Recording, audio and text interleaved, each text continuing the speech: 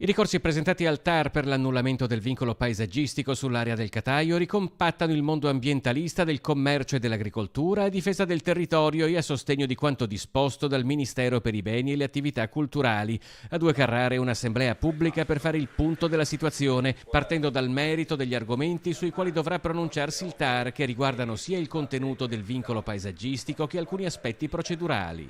A noi pare che sul contenuto del vincolo il TAR non possa intervenire se non a fronte di palesi illogicità che mi pare non vi siano.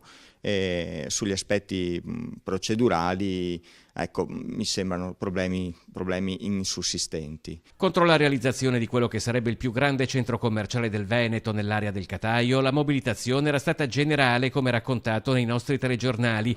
Una coalizione amplissima di cittadini e associazioni che ora si rinnova in vista del ricorso al TAR. Abbiamo fatto questa scelta di ricomporre tutte le varie realtà associative che comprendono anche mondi diversi, insomma, no? Dal commercio all'ambiente all'agricoltura, in sostegno proprio alla difesa di questo vincolo, insomma, che pensiamo sia elemento utilissimo proprio per la difesa dell'ambiente e del territorio. I motivi del no alla nuova costruzione sono parecchi e vanno dalla difesa ambientale e artistica del territorio fino alle conseguenze che la nuova attività potrebbe avere su tutto il tessuto economico dell'area. La parte positiva in questa zona è che siamo riusciti a far capire al Ministero quanto sia non solo un problema di natura economico il fatto l'inserimento di una struttura di quel tipo, ma che diventi veramente un problema complessivo di impatto con il territorio e soprattutto di scelta della qualità della vita e di sviluppo che noi vogliamo dare a questa zona.